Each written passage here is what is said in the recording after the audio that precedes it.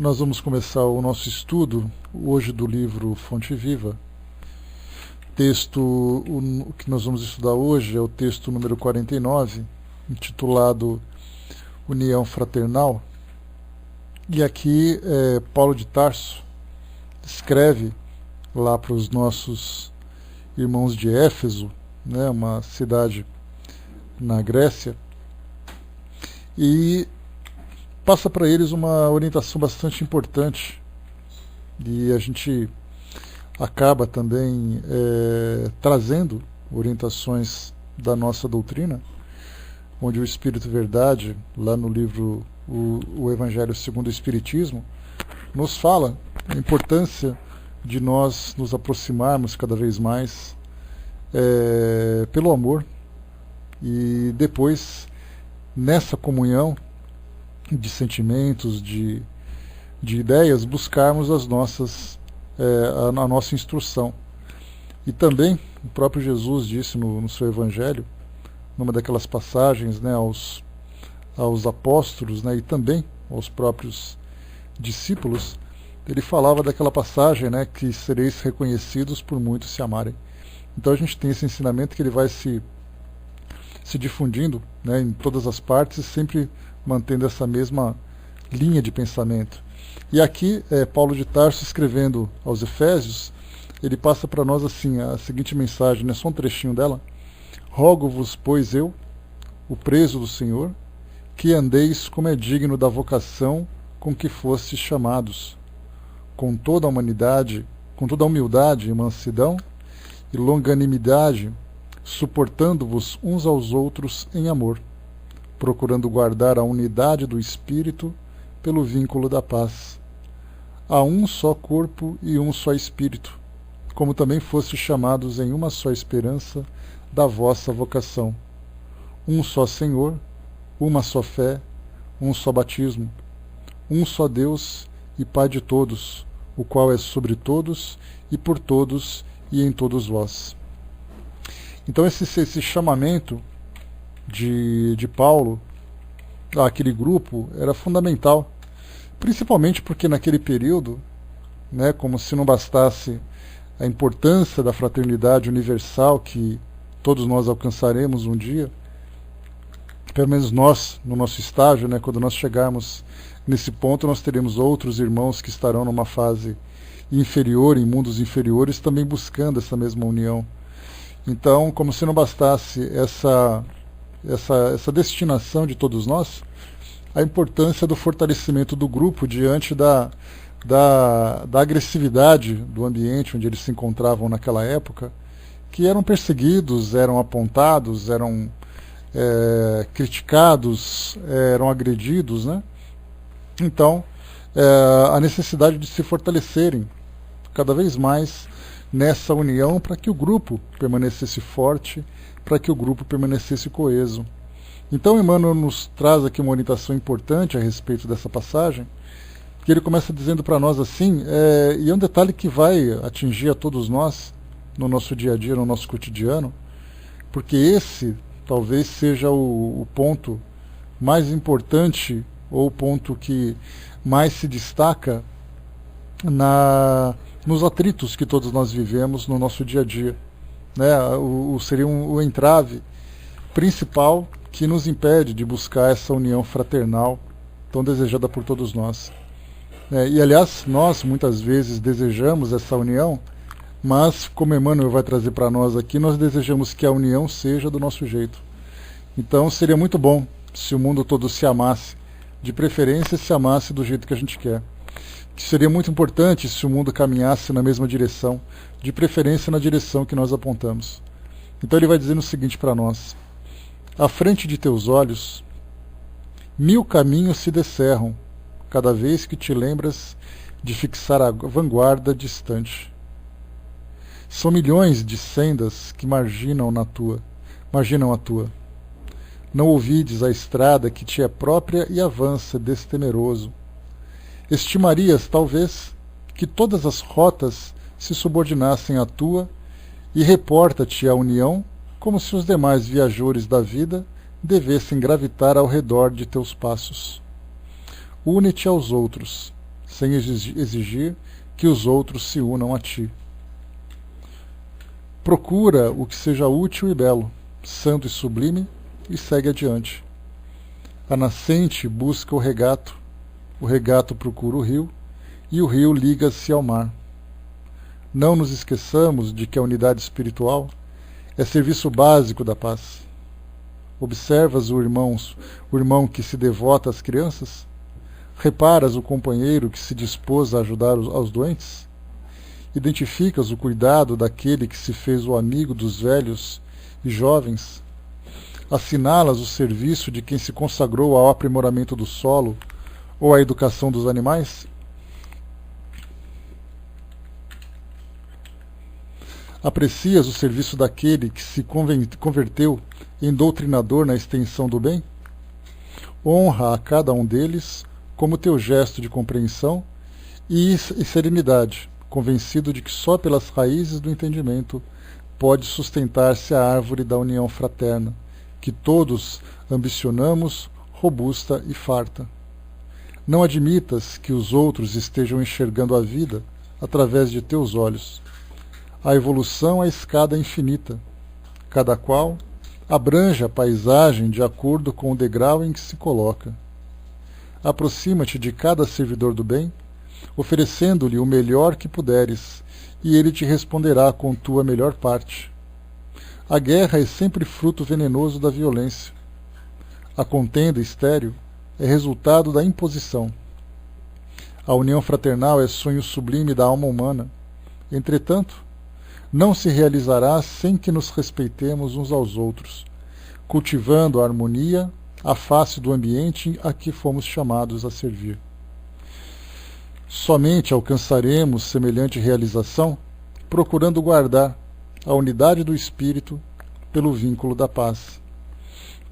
Então aqui, tudo que nós lemos aqui, que é muito interessante, porque nos chama bastante a atenção, para que nós fiquemos atentos ao modo como nós observamos o mundo e o modo como nós esperamos que as pessoas também observem. Porque no dia a dia nós encontramos nos detalhes mais simples diferenças de gosto, diferenças de tendências, diferenças de ideias, diferenças de objetivos. E aqui na segunda frase dessa mensagem, diz para nós assim que são milhões de sendas que marginam a tua. Ou seja, todos nós temos lá na frente aquele objetivo, um objetivo que nós estabelecemos como sendo o nosso jardim de felicidade, né? E aí então todos nós queremos alcançar esse jardim. Só que mesmo assim, se nós começássemos a conversar um com o outro e perguntar como seria o seu jardim de felicidade, ainda assim, embora o objetivo desse local fosse proporcionar para todos nós a felicidade, nós escolheríamos uma decoração diferente para o nosso jardim. E cada um escolheria a sua própria decoração. Então, em tudo na nossa vida, nós observamos que, embora nós tenhamos esse espírito universal em que todos buscamos sempre essa mesma conquista, a individualidade prevalece.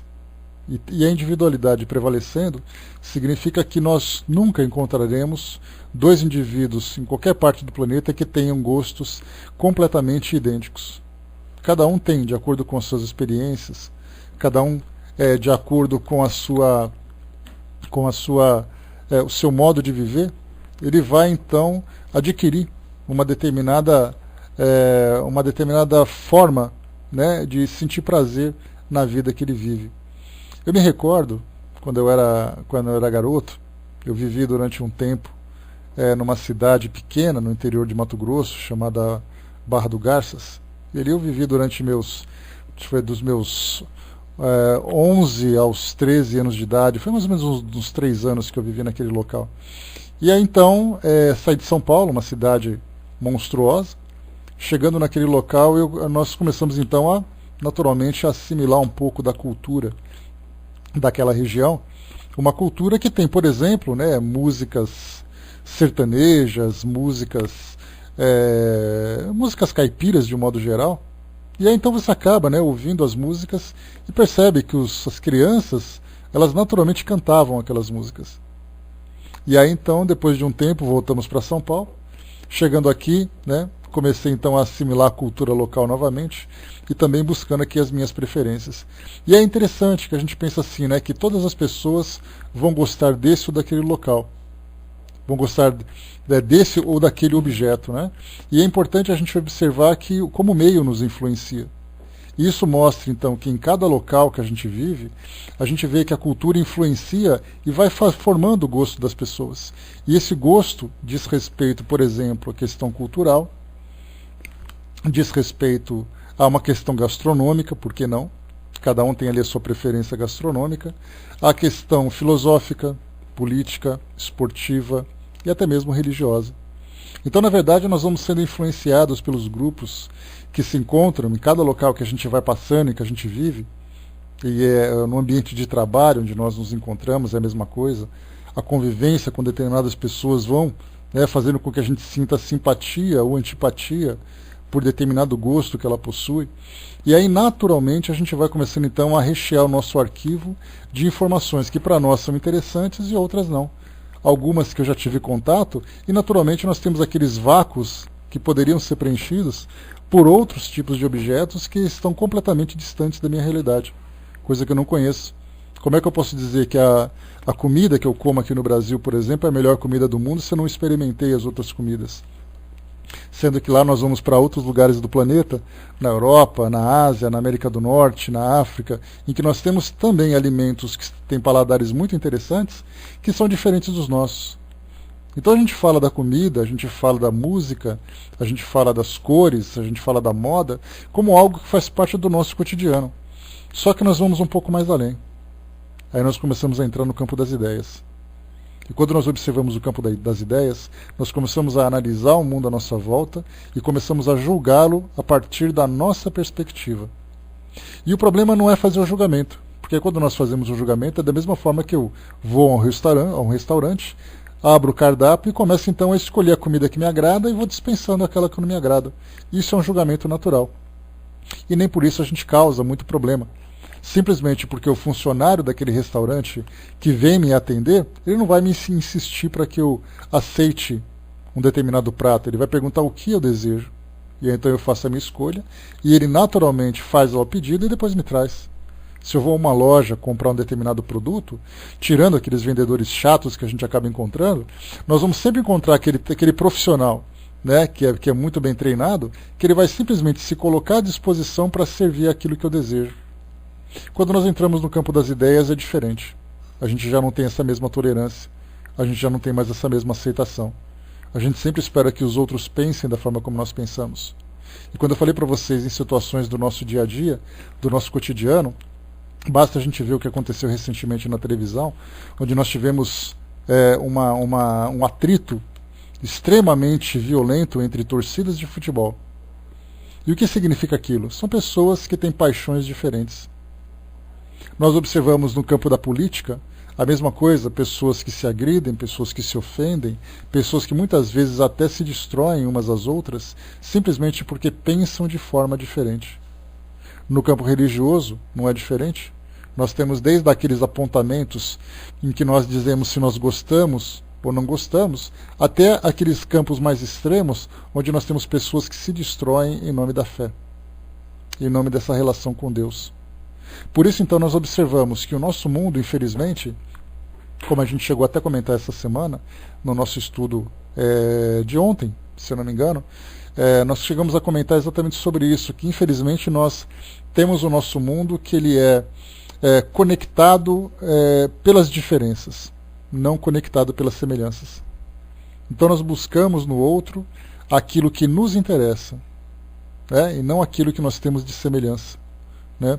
Não em todos os lugares, né, Júnior? Não só na Palestina, mas nós temos atritos religiosos em várias partes do mundo, desde aquelas leves intolerâncias até aquelas agressões, né, que são as mais drásticas, as mais graves de todas. Né? Então, não só lá, mas em todos os lugares do mundo nós temos esse tipo de problema. E isso é porque o que impera no nosso mundo hoje ainda é o egoísmo.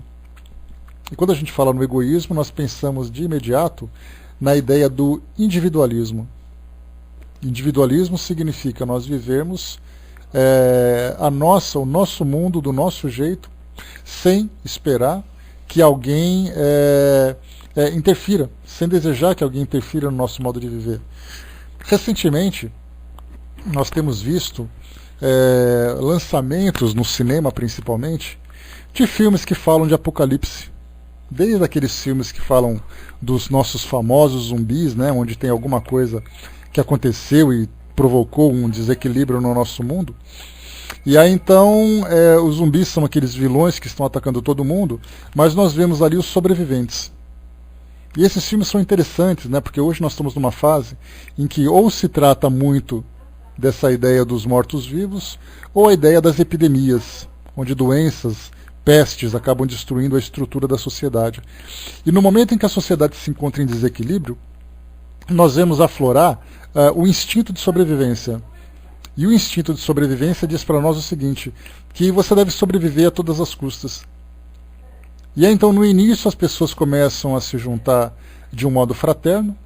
Quando começa, então, o instinto de sobrevivência se sobressair, as pessoas começam, então, a dar preferência para as suas necessidades íntimas, pessoais, ou necessidade do grupo do qual ele pertence, em detrimento do grupo do outro. Então a gente percebe ali que as pessoas começam a se dividir. E o interessante é que, embora na ficção isso acabe se manifestando dentro do comportamento do ser humano diante dessas grandes calamidades, dessas grandes tragédias, a arte nada mais faz do que refletir aquilo que existe dentro da nossa realidade. Então nós vivemos aquele equilíbrio, nós vivemos aquele equilíbrio aparente, aquela serenidade aparente, até que alguma coisa trágica aconteça e tire o nosso equilíbrio. Uma situação bastante grave que aconteceu há alguns anos, vocês se lembram, né, o furacão Katrina atingiu ali o sul dos Estados Unidos, ali na cidade de New Orleans, em Louisiana e tudo mais, e rompeu alguns diques que fazia a proteção contra a inundação do mar, exatamente porque era uma região um pouco mais baixa. E aí então, no momento em que aquele dique foi rompido, a cidade ficou alagada.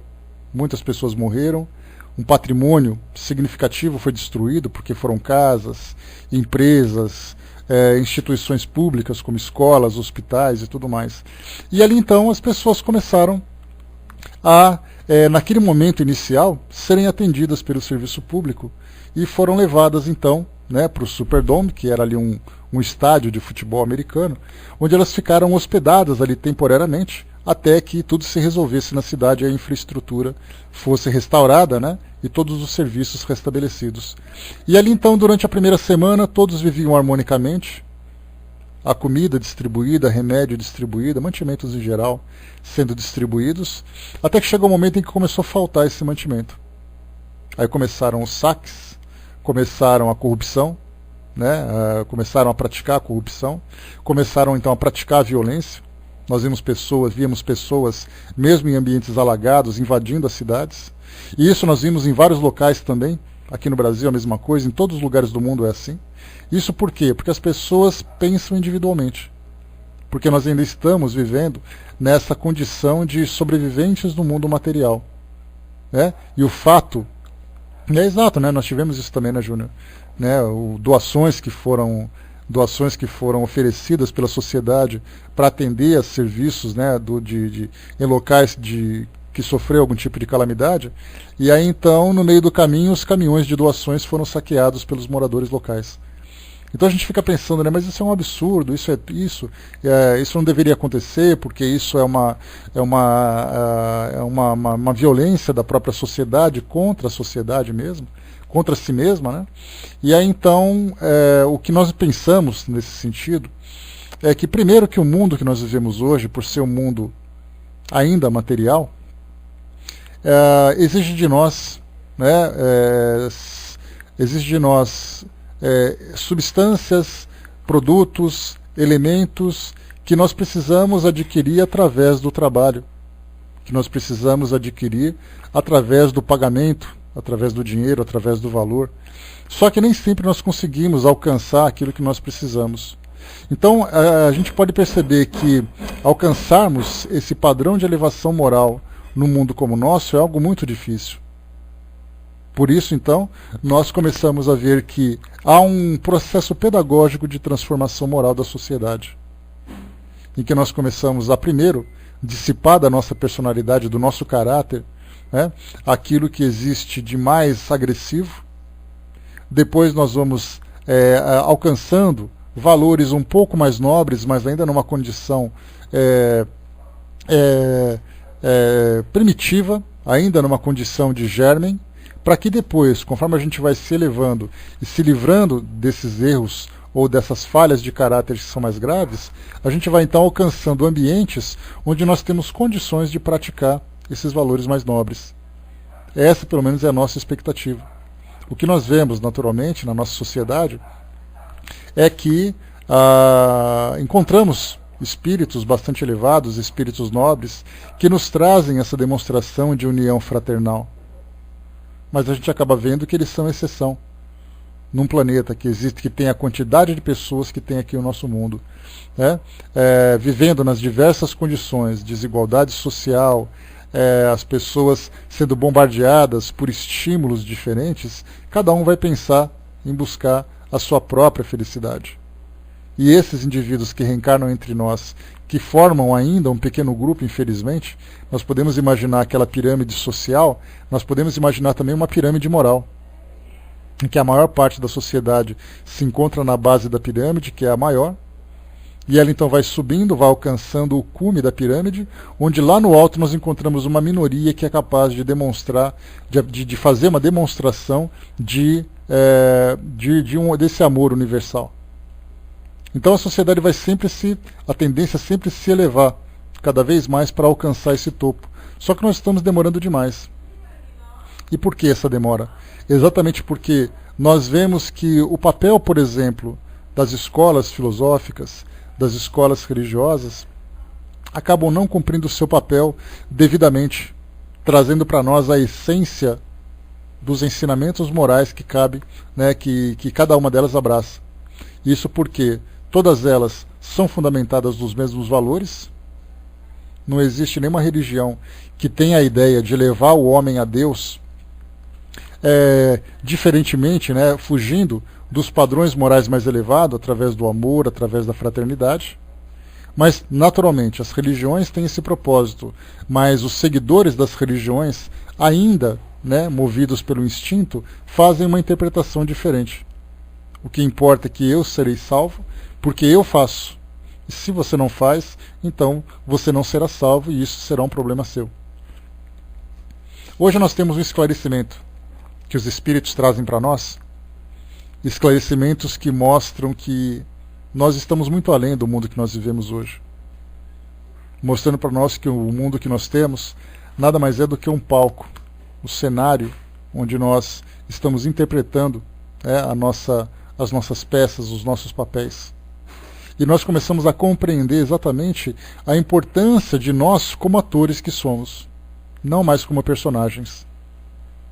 Eu não tenho mais preocupação, quando eu começo a assimilar os ensinamentos da doutrina, eu não tenho mais a preocupação se o personagem que eu interpreto, ele é um herói, se ele é um vilão, se ele é alguém rico, se ele é um magnata, se ele é um miserável, não importa mais o papel que ele interpreta. O que importa é que no momento em que ele deixa a roupa, ele deixa a sua fantasia, o seu figurino pendurado no armário, e ele volta para a sua vida real, é ali que ele vai mostrar quem ele realmente é. E é assim que nós estamos vivendo hoje.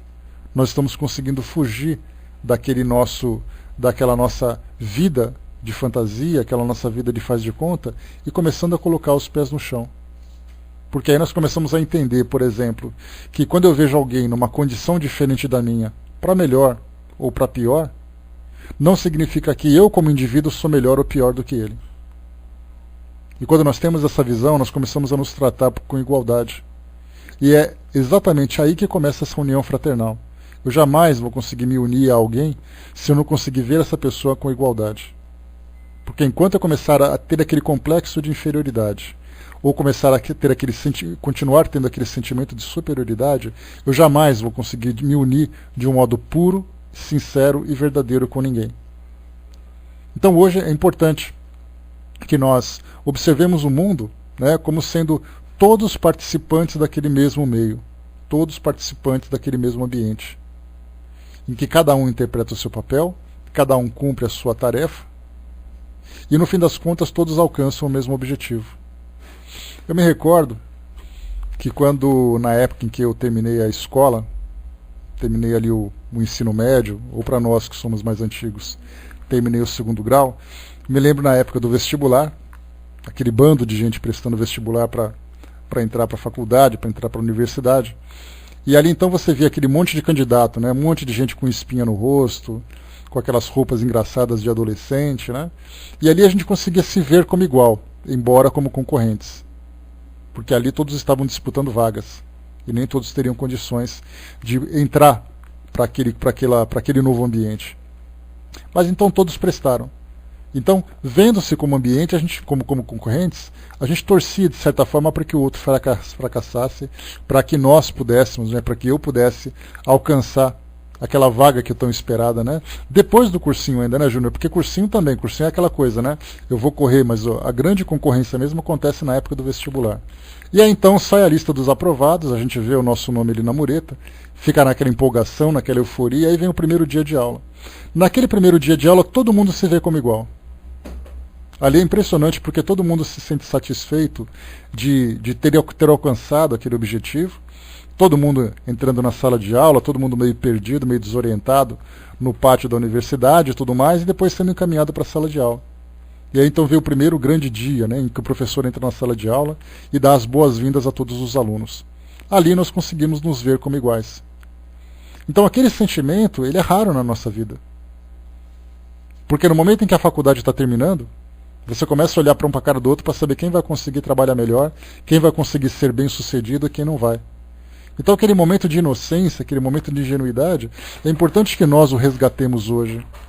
Que nós não nos vejamos como concorrentes, que nós não nos vejamos de um modo diferenciado do outro.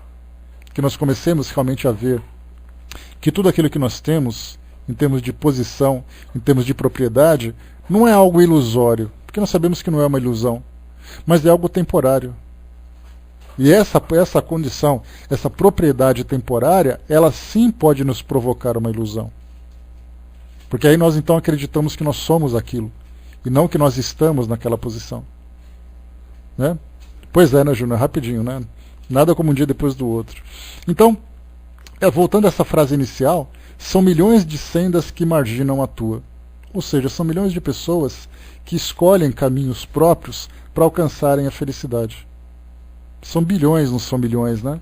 São bilhões de pessoas à nossa volta, cada uma querendo viver a sua felicidade. Só que isso é algo negativo? Não, não é negativo. Porque realmente nós não podemos fazer com que o mundo se torne uniforme. O próprio Kardec tinha conversado com os espíritos, perguntando, por exemplo, se um dia as barreiras, as fronteiras dos países seriam dissipadas e nós teríamos um mundo uniforme, um mundo único. E aí os espíritos disseram que isso seria impossível, porque nós não teríamos como simplesmente terminar, né, acabar com a cultura do nosso mundo. Porque é a cultura que faz com que as pessoas se agreguem, a cultura faz com que as pessoas se aproximem. É exatamente essa semelhança que faz com que elas se juntem para poder desfrutar daquilo que é algo natural para todas, aquilo que é algo que transforma num prazer coletivo. Então nós falamos mais uma vez, falamos de práticas religiosas, falamos de cultura, falamos de forma de viver, falamos de um sistema econômico. Então não pensemos que todos nós poderíamos viver da mesma forma. Não. Perguntar, por exemplo, né, até essa semana, fazendo um estudo de inglês com um aluno, ele falou assim para mim: Bem que a gente podia ter uma língua só no mundo, né? Assim ninguém precisaria aprender nada. Naturalmente ele era um garotinho, né? Um pré-adolescente. Então a gente pode imaginar o prazer que ele sentia em estudar um idioma que era diferente do dele. Raro acontecer quando alguém encontra um. Então ele falava assim, é difícil, bem que a gente podia ter uma língua só no mundo, né? Essa, sem dúvida nenhuma, é uma fantasia que todos nós teríamos, né? Nós poderíamos conversar uns com os outros indistintamente sem nenhum tipo de barreira. Só que isso seria impossível novamente. Porque exatamente cada idioma, cada língua, ele é formado de acordo com cada cultura. E essa cultura vem evoluindo durante milhares de anos. Não é simplesmente de uma hora para outra que alguém inventou uma nova língua. A língua universal, sem dúvida nenhuma, é a língua do pensamento, que somente os espíritos conseguem viver. E que, naturalmente, se nós conseguirmos alcançar essa condição de espíritos mais elevados e temos esse domínio, né, desse grande atributo que nós temos, que é a força do nosso pensamento, que é a nossa inteligência, certamente nós conseguiremos nos comunicar com naturalidade. Mas enquanto nós estivermos aqui, estaremos sujeitos a essas barreiras. Teremos que forçosamente alcançar ou conquistar esses recursos, aprender essas novas formas de comunicação para interagirmos uns com os outros, fora dessas barreiras nacionais, por exemplo. Né? O Dudu colocou, né, me encontro sempre com os alunos de 80. Né, tá? Então, nesse caso que nós temos aqui, como nos chama a atenção aqui Emmanuel, ele diz para nós, não esqueças a estrada que te é própria e avança destemeroso. Então, temos sempre que pensar em qual é o nosso objetivo.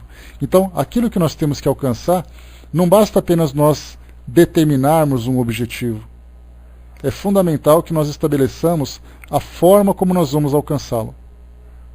E é interessante e importante, principalmente, que nós façamos esse planejamento.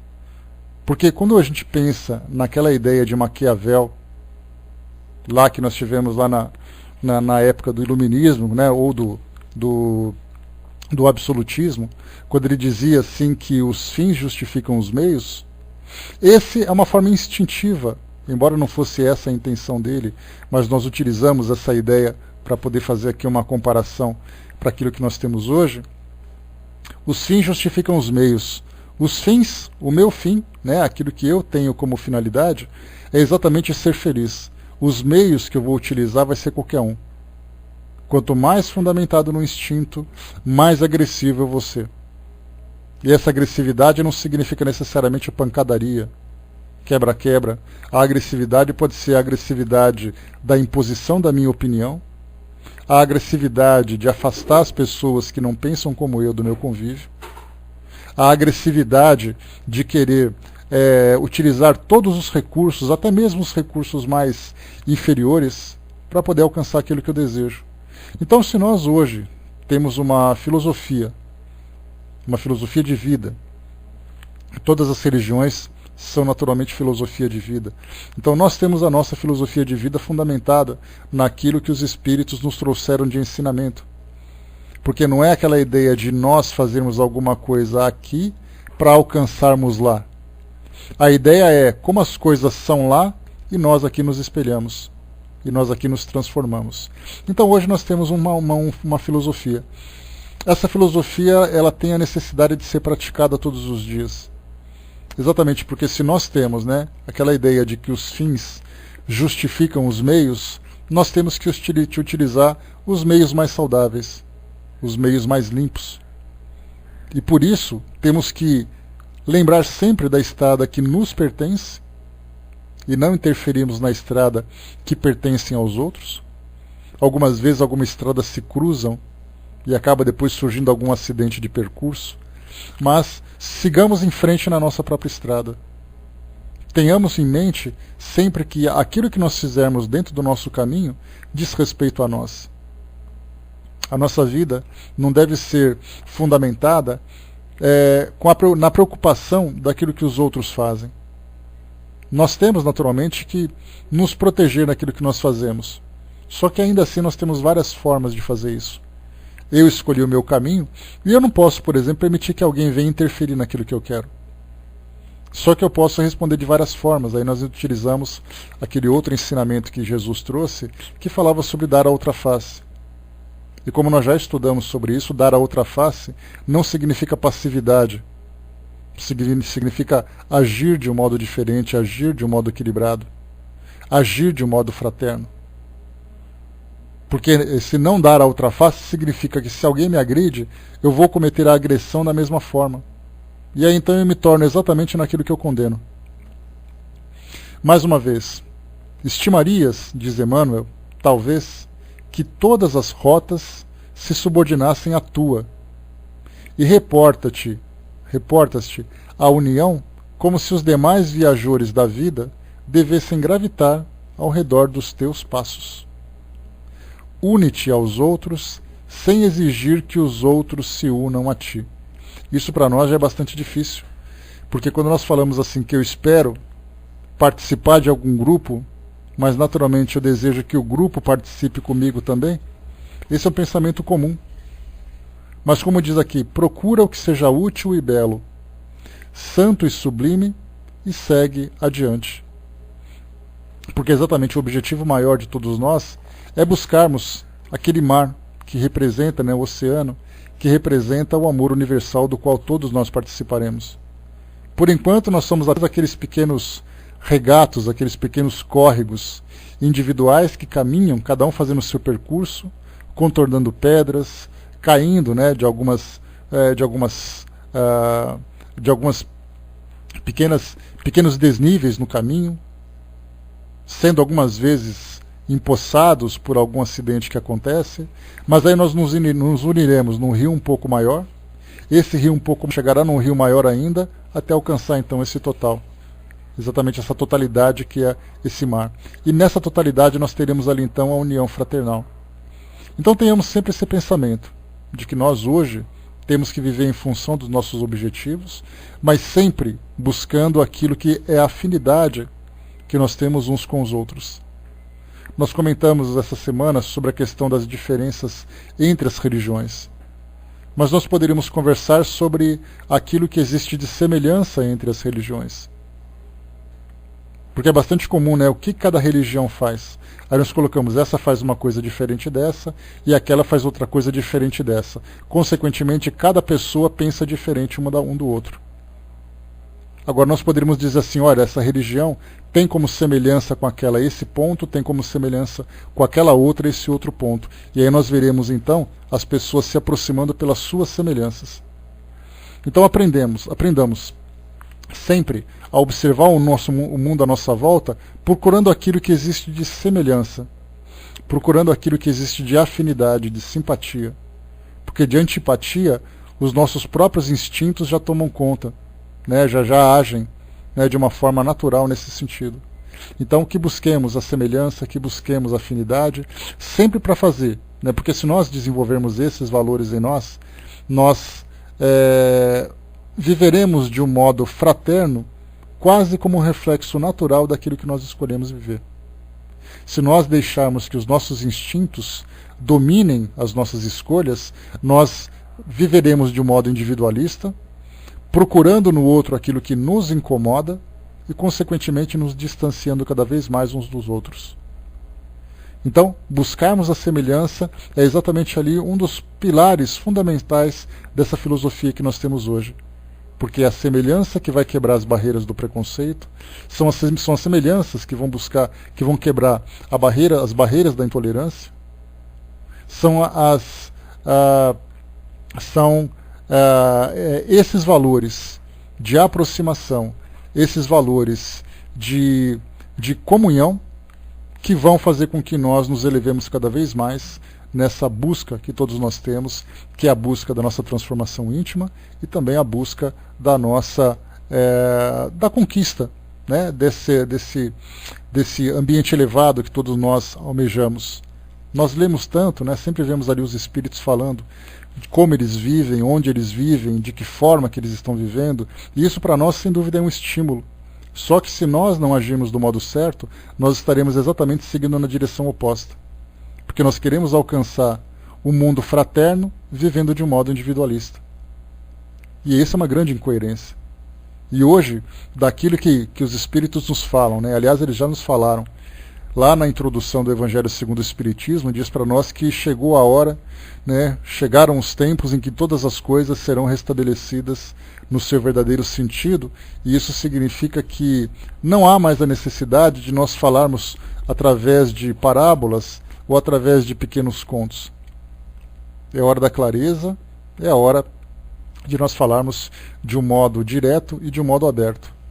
Então é importante para nós, não temos mais tempo de cometer equívocos. Não temos mais tempo de fazer de conta que essa realidade espiritual é apenas uma fantasia, é apenas uma crença. Se nós temos a convicção de que ela é uma realidade, nós temos que viver afins, né, com afinidade com aquilo que ele propõe. Vivemos do nosso modo individual, esperando alcançar aquilo que aquele mundo perfeito nos oferece, certamente será uma grande ilusão. Então hoje nós não temos mais tempo para essa ilusão.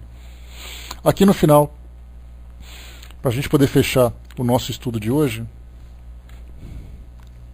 Emmanuel diz o seguinte: a união fraternal é o sonho sublime da alma humana. Entretanto, não se realizará sem que nos respeitemos uns aos outros, cultivando a harmonia, a face do ambiente que fomos chamados a servir. Esse ambiente que fomos chamados a servir é exatamente o nosso ambiente doméstico, a nossa família, o nosso trabalho, o grupo religioso ao qual nós estamos conectados, nós estamos ligados. Então é ali que nós vamos fazer a diferença. Então não adianta a gente olhar para o mundo lá fora, pela televisão, pela janela de nossas casas, ficar dizendo, por exemplo, que aquele mundo está caótico, o mundo está tumultuado, que aquelas pessoas estão erradas. É importante nós olharmos para dentro do ambiente onde nós vivemos e começarmos a nos perguntar o que nós podemos fazer para poder fazer a diferença nesse ambiente, para fazer com que esse ambiente seja cultivado, seja desenvolvido pelo cultivo dessa harmonia. E coloca para nós: somente alcançaremos semelhante realização procurando guardar a unidade do espírito pelo vínculo da paz. Nós estamos vivendo numa época, agora nesse período, fim de ano, a época das comemorações de Natal, em que as pessoas se tornam mais fraternas, se tornam mais amigas, onde nós temos as comemorações de família, as comemorações de empresa. Então, nós temos que fazer com que essas comemorações não sejam sazonais, não sejam temporais, focadas apenas naquele momento. A gente tem que fazer com que essas comemorações, esse modo de viver, seja um modo que se estenda durante toda a nossa vida, todos os dias. Aí sim, cultivando a paz, vivendo essa unidade do espírito pelo vínculo da paz, a gente vai conseguir alcançar essa unidade espiritual que todos nós desejamos. Então, o texto número 49, a lição de casa para vocês, dei uma lida depois para refletirem um pouquinho, né, do nosso livro Fonte Viva, porque é aqui, né, que vai, através dessas reflexões, que nós conseguiremos, sem dúvida nenhuma, alcançar essa mudança que todos nós queremos. Né? Como diz o próprio Gandhi, sejamos nós a mudança que nós desejamos para o mundo. Se o mundo não se transforma porque ele encontra ainda a resistência do nosso egoísmo, a resistência do nosso individualismo, que nós façamos a mudança a partir de nós, e não esperando que os outros se mudem para fazer com que o mundo seja mais confortável para todos nós. Porque é isso que nós esperamos, né? Aquela frase que eu sempre falei para vocês, pare o mundo que eu quero descer, é muito simples, né? Você desce nesse mundo e você vai pegar qual exatamente? Vai esperar que passe um ônibus vazio para que você fique dentro dele? Ou vai conseguir dividir espaço com outros naquele mesmo ambiente? Então, não adianta a gente querer afastar o mundo de nós porque o mundo nos incomoda. É importante que nós nos adaptemos ao mundo, procurando transformá-lo da melhor forma possível. Então, meus amigos, fechando por aqui o nosso estudo de hoje, a gente vai então deixando essa mensagem, né, para a gente fechar a nossa semana. E lembrando também, né, que hoje à noite a gente tem às 9 horas na sala Espiritismo Net Jovem o estudo que vai falar exatamente sobre o contexto religioso na época de Jesus. Então hoje, 9 horas da noite, na sala Espiritismo Net Jovem, né? Quem tiver interesse em participar, que estiver disponível, está aí feito o convite.